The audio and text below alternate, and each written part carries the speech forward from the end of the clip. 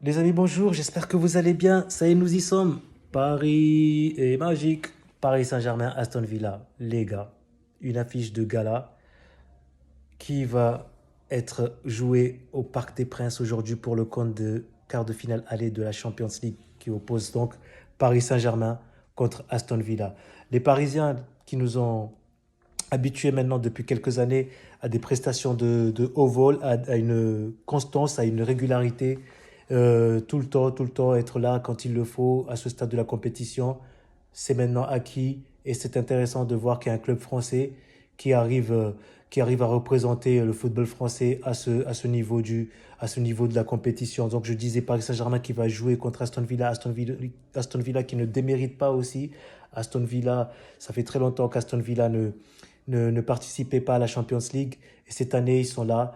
Il va falloir prendre en compte leur présence et ne pas les prendre de haut, surtout ne pas commettre l'erreur de les sous-estimer pour cette équipe parisienne. Ça y est, nous y sommes les Vénards. Ça y est, nous y sommes. Champions League, quart de finale donc de Paris Saint-Germain contre Aston Villa.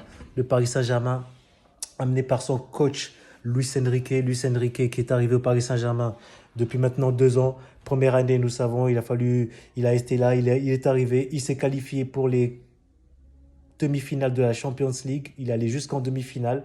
Malheureusement, il s'est fait éliminer parce que c'est comme ça. Il faut un gagnant, il faut un perdant. Mais ils n'ont pas démérité, ils ont fait le maximum. Et cette année, on attend du Paris Saint-Germain qui dépasse ce stade, qui dépasse ce stade et qu'ils aillent en finale. Je rappelle que le Paris Saint-Germain était déjà en finale. C'était à l'époque du Covid, vous vous souvenez bien. Ils ont perdu la finale contre le Bayern. Donc c'est une finale qu'on oublie un peu parce que c'était un format un peu différent. Il y avait peu d'équipes, il n'y avait pas les matchs aller-retour, etc. Mais c'était quand même une finale qu'il faut prendre en compte et qui reste donc dans les annales et dans les archives de la Champions League. Paris Saint-Germain, donc je disais, qui nous ont habitués maintenant à être présents et qui représente une équipe sérieuse, entraînée par Luis Enrique. Luis Enrique, qui est donc arrivé il y a 2 ans et qui, depuis, a instauré sa philosophie de jeu maintenant. Ça y est, tout le monde comprend ce que veut Luis Enrique. Les joueurs adhèrent dans le jeu, dans le système, arrivent à se repérer, arrivent à se trouver, arrivent à produire du jeu. C'est beau à voir le Paris Saint-Germain jouer. C'est plus une addition de stars un peu qu'on enfile comme des perles et à qui on demande de produire un résultat, un peu à l'image du Real de Madrid. Mais je ne vais pas taper le Real de Madrid. On a déjà fait une vidéo sur le Real de Madrid vous pouvez voir, elle est en ligne. Donc je dis, on va revenir sur cette équipe de Paris Saint-Germain. Paris Saint-Germain qui part ultra favori ce soir face à une équipe de Aston Villa qui est dans la peau du challenger. Aston Villa challenger, Paris Saint-Germain favori. Côté Aston Villa vient au Parc des Princes aujourd'hui avec Unai Emery. Unai Emery, ancien coach du Paris Saint-Germain. Donc en fait, il y a un match dans le match. On a le match des deux coachs qui ont un antécédent et un match qui va se résumer dans le match d'aujourd'hui, un match qui va se dérouler réellement aujourd'hui, qu'il faudra donc gérer pour les deux coachs. C'est une situation qui va être aussi, qu'il va falloir observer car il y a vraiment de quoi se réjouir aujourd'hui. Donc je disais donc que ce match de Paris Saint-Germain contre Aston Villa, pour les Parisiens, l'essentiel aujourd'hui c'est de gagner. On veut une victoire. Si vous venez et que vous faites caca culotte et que vous partez avec un match nul, une défaite, les gars, je vous dis directement que les supporters vont vous mettre des bâtons dans les roues de vos voitures à 50 millions.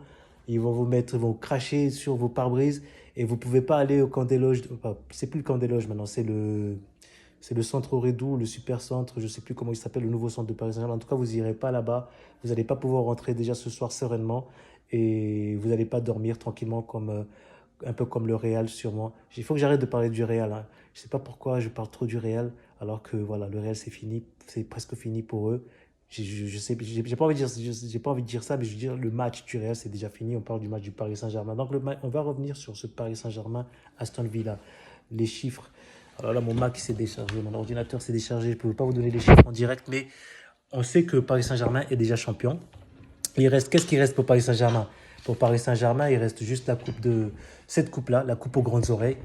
Coupe aux grandes oreilles qui a été remportée que par Marseille depuis 1993.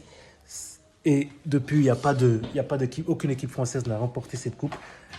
Mais quand même, Paris Saint-Germain est en lice et va essayer de gagner cette coupe cette année, nous l'espérons tous. En face, on a Aston Villa. Aston Villa qui a remporté une coupe européenne à l'époque. Et comme Paris Saint-Germain aussi. Donc, c'est des équipes qui sont un peu similaires au niveau des palmarès. C'est une équipe qui peuvent se regarder droit dans les yeux et se mettre des tartes et des grosses frappes et de se battre et de se confronter, pardon.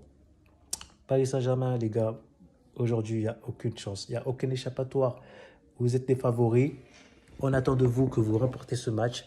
Tous les supporters attendent de vous que vous remportez ce match. On veut gagner ce match, se qualifier pour les demi-finales parce que l'année dernière, vous avez fait les demi-finales. Donc cette année, minimum demi-finale. Sinon, ce sera pour moi une saison qui ne serait pas aboutie en cas d'élimination précoce à ce stade de la compétition. Donc je disais, Paris Saint-Germain, Aston Villa ce soir. Qu'est-ce qu'on attend? Les chiffres. Les chiffres, c'est simple. Aston Villa, 9 victoires sur les 9 derniers matchs.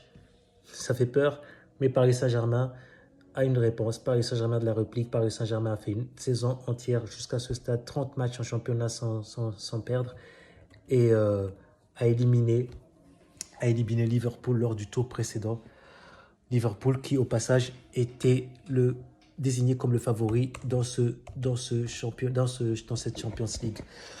La stratégie, les gars, la stratégie. Alors, l'équipe qui va sûrement être alignée. Moi, si j'étais Luis Enrique, qu'est-ce que j'aligne comme équipe? Eh ben, dans les cas, je mets Donnarumma, ça, il y a aucune surprise. À gauche, je mettrai Luis, comment il s'appelle? Je mettrai le.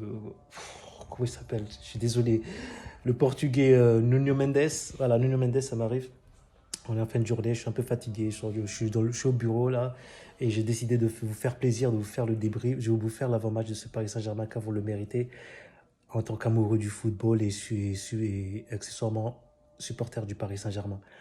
Donc, on va repartir sur la composition. La composition, Donnarumma dans les cages, Nuno Mendes à gauche, Pacho, hein, le De Sailly 2.0, le Rock Pacho, dans la charnière centrale. Alors la question se pose, est-ce qu'il faut aligner Peraldo ou faut-il aligner Lucas Hernandez? Franchement, moi, Peraldo, les gars, Peraldo, c'est pas que j'aime pas, mais il fait peur, il fait peur depuis son premier match, son premier Classico face à l'OM, souvenez-vous. Il rentre, il n'arrive pas à maîtriser ses émotions, il se prend un rouge. J'ai peur du rouge. Il ne faut pas leur donner un rouge ou faire créer une situation qui fait que l'équipe risque de se mettre une balle dans le pied avant même de finir les matchs. Donc Peraldo, moi j'ai des doutes. À la place de Luis Enrique, moi je mettrais Lucas Hernandez. Donc moi je vois plus Lucas Hernandez pour l'expérience et pour l'agnac. Vous savez, Lucas Hernandez, c'est un peu comme un Basque. Il a le sang chaud, tu vois, un peu comme Lissarassou à l'ancienne. Donc voilà, moi je mettrais. Et en plus, le mec, il est capable d'aller dans les duels aériens et il va partout. C'est un couteau suisse. Moi, je mets directement Lucas Hernandez, accompagné par Pacho. À droite, il y a la mobilette Hakimi. Je mets Hakimi à droite. Au milieu, ça bouge pas. Neves et Vitinha pour faire le jeu, accompagné par Ruiz, dynamovible Ruiz, l'homme providentiel du Paris Saint-Germain. Et en attaque, je vois bien Dembélé et le trio magique Dembélé, Barcola et Gvara, je sais plus quoi, j'arrive pas à dire son nom, je suis désolé, monsieur Gvara. Je t'adore, mais je sais pas, j'arrive pas à prononcer ton nom, je préfère le diminutif voilà, Gva. En face, on aura certainement une équipe d'Aston Villa qui sera privée d'Asensio. Asensio, je ne crois pas qu'il sera titulaire. Asensio sera sûrement sur le banc. Ça va constituer l'élément surprise. Et, euh, et, euh, et vous aurez certainement Rashford. On aura certainement Rashford qui sera présent. Et l'équipe habituelle de Aston Villa. Ce qu'on veut dans le jeu, bah, comme d'habitude, hein, on veut du jeu, on veut un pressing, contre-pressing, garder le ballon Ne pas s'affoler, être à 100%, pas à 200%. Je l'ai dit tout à l'heure, il faut pas faire n'importe quoi, il faut pas arriver avec nervosité ou venir faire n'importe quoi. Il faut être vraiment lucide durant tout le match et produire un jeu comme on a l'habitude de le faire. On part dans la position des favoris. Donc, il faut qu'on soit nous-mêmes, sans trop d'excès et sans sous-estimer le jeu, respecter l'adversaire, jouer à 100% pour pouvoir gagner ce match. Il y a largement la place de gagner ce match. En face, ils vont arriver, ils vont jouer un match à l'extérieur, donc ils vont peut-être arriver un peu sur la réserve dans les premières minutes, tout ça, mais au fur et à mesure du match, ils vont s'adapter. Si nous sommes faibles, ben, ils vont nous marcher dessus. Il va falloir d'entrée sortir les crocs, il faut sortir les LED comme dans la 2008. Vous voyez, tac, il faut allumer direct, il faut les allumer, il faut les chercher, il faut les bousculer. Donc on n'a pas le choix.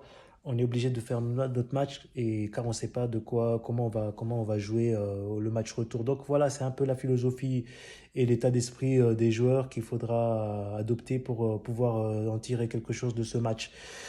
Côté résultat, alors pronostic, moi je vois bien un 2-0 pour Paris Saint-Germain. Il ne faut pas encaisser de but. Je pense qu'on ne va pas encaisser de but. Si mon équipe, si Lucas Hernandez et Pacho et la défense que j'ai évoquée tout à l'heure est alignée, moi, je vois trop mal Aston Villa nous marquer un but. Donc voilà, c'est ce que je pense pour ce match. Dites-moi dans les commentaires ce que vous pensez. Un petit like, un petit j'aime. Abonnez-vous à la chaîne pour plusieurs débriefs plus tard pour le Paris Saint-Germain. Et on se retrouve tout à l'heure donc pour le débrief de ce match à chaud directement. Direct après le match, on va taper un débrief direct. Je vous le garantis si vous êtes gentil, si vous êtes sympa. Donc allez Paris Saint-Germain pour ce soir. On se voit tout à l'heure, Inch'Allah, pour le débrief de ce match. Merci.